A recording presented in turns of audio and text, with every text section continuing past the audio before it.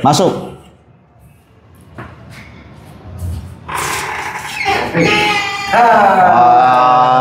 Ini kita punya teman Bangladesh. Deding kuliah di Bapak. Oh, mantap. Terima kasih. Ini lagi konten ada abang-abang Bangladesh.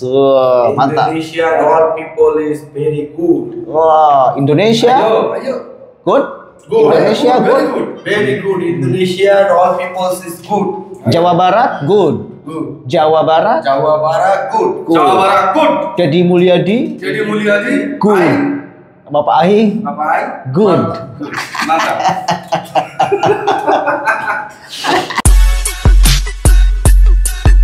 Saya rasa saya penting untuk mengkabarkan ini kepada kalian semua, khususnya untuk menjawab selama ini orang-orang yang mengkritik KDM, bahkan nyinyir, bahkan tidak sedikit orang yang ingin menjatuhkan karakter, watak, dan lain sebagainya KDM, mencabut kepercayaan publik kepada gubernurnya. Banyak yang seperti itu. Ini dijawab oleh hasil survei.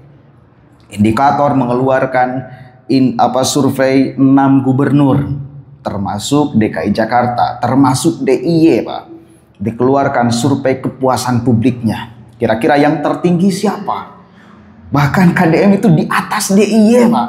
DIY siapa? Warganya yang berani mengkritik raja lah, katakan. Ini bahkan di bawah KDM kepercayaannya. Ini luar biasa. Coba kita baca nih. Survei 100 hari kinerja 6 gubernur di Jawa. Deddy Mulyadi tertinggi dengan 94,7%. Gila ini. Tingkat kepuasan publik terhadap kinerja 100 hari gubernur Jawa Barat, Deddy Mulyadi atau KDM, tertinggi dalam survei kepuasan publik terhadap 6 gubernur di Pulau Jawa. Kenapa penting saya ucapkan, saya bacakan beritanya ini? Karena apa yang dilakukan oleh KDM ini kan sesuatu yang baru, yang tidak biasa, memiliki dua konsekuensi. Yang pertama, konsekuensinya sangat dicintai karena berhasil membuat program baru yang tidak biasa itu. Kemudian yang kedua, sangat dibenci. Kenapa sangat dibenci? Ya karena tidak berhasil membuat program baru ini nyasar dan manfaat kepada masyarakat. Begitu. Berarti kan faktanya ketika kepercayaan publik meningkat sampai 94,7%, apa yang menjadi program KDM ini berhasil nyasar terhadap kepentingan publik. Itu berarti kesimpulannya, Pak. Ya, artinya yang selama ini nyinyir, bahkan ingin menjatuhkan KDM, ingin mencabut kepercayaan publik kepada KDM, itu tidak berguna. Publik mengabaikan nyinyiran-nyinyiran itu. Kan itu berarti ya, termasuk Mang Ono, termasuk siapa itu, banyaklah anggota DPR ini yang setiap harinya menyerang gubernur. Overall, Deddy Mulyadi memang sangat tinggi. Dan itu yang menjelaskan kenapa media sering melakukan liputan tentang KDM, karena ratingnya tinggi. Ini yang membedakan dengan gubernur di tempat lain, kata Direktur Eksekutif Indikator Politik Burhanuddin Muhtadi. Kemudian di posisi kedua disusul Gubernur DIY Sri Sultan Hamengkubuwono X dengan 83,8%. Gila, ini Sri Sultan di bawah KDM surveinya, kepuasan publiknya. di Jogja itu kerajaan, Pak. Orang akan sangat sungkan untuk mengkritik raja. Kepuasannya 80%. Di Jawa Barat 90% lebih kepada gubernur Jawa Barat. Lah artinya apa? Gila ini. Apa yang dilakukan oleh KDM, program-program baru dan out of the box-nya itu mampu mengembalikan kepercayaan publik kepada pemerintahnya. Hampir 100%. Gila, Pak, ini. Ya, ini bagi saya gila. Gubernur Jawa Timur Khofifah Indar Parawansa di posisi ketiga dengan 75,3%. Khofifah ini Gubernur Jawa Timur yang sudah 2 periode. Ya mestinya kan lebih tinggi dong, 2 periode. Kepercayaan publik dipupuk terus selama 10 tahun. Melihat kinerja gubernurnya selama 5 tahun lebih, sekarang periode kedua. Artinya harusnya lebih bagus, lebih bagus, lebih bagus, lebih bagus. Tapi tetap masih di bawah KDM. Ini baru 100 hari. Oh luar biasa. Mudah-mudahan konsisten. Apa yang dilakukan oleh KDM terus konsisten. Ya, dan kita percaya bisa konsisten. Di Jawa Timur ini kompetitif. Sebagaimana kita kutip, Khofifah ini satu-satunya gubernur perempuan di Jawa. Dia 2 kali menjadi gubernur di Jawa Timur. Petarung karena pernah kalah beberapa kali melawan Pak Dekarwo. Mendapat 75%, saya kira bisa lebih tinggi lagi kalau memanfaatkan media sosial. Ya, ikutilah cara-cara KDM. Gak apa-apa, tidak haram saya kira. Setiap kepala daerah dari mulai kabupaten sampai provinsi menyebarkan informasi yang dia lakukan lewat media sosialnya setiap hari. Tidak haram, bahkan saya kira harus. Kenapa? Agar setiap harinya sebagai masyarakat kita itu menyaksikan apa yang dilakukan oleh para pemimpin kita dari mulai tingkatannya. Pertanggungjawaban publik Pak itu bagus, itu nggak jadi soal. Mungkin ada keuntungan royalti di media sosial, itu bahkan lebih bagus. Mungkin nantinya bisa bagi-bagi seperti KDM. Tidak merugikan kepada masyarakat. Masyarakat dikasih informasi terhadap apa yang dilakukan oleh pemimpinnya. Pemimpinnya dapat royalti dari media sosial. Ini kan simbiosis mutualisme luar biasa. Nggak apa-apa mendapatkan untung dari media sosial atas kerja gubernur, atas kerja kepala daerah di dalam menginformasikan setiap hari apa yang dilakukannya. Begitu, keren, bagus, silakan tiru. Jangan malah nyinyir karena tidak mampu melakukan, akhirnya nyinyir. Nyinyirnya apa? Gubernur konten. Nyinyirnya apa? Gubernur lambe turah.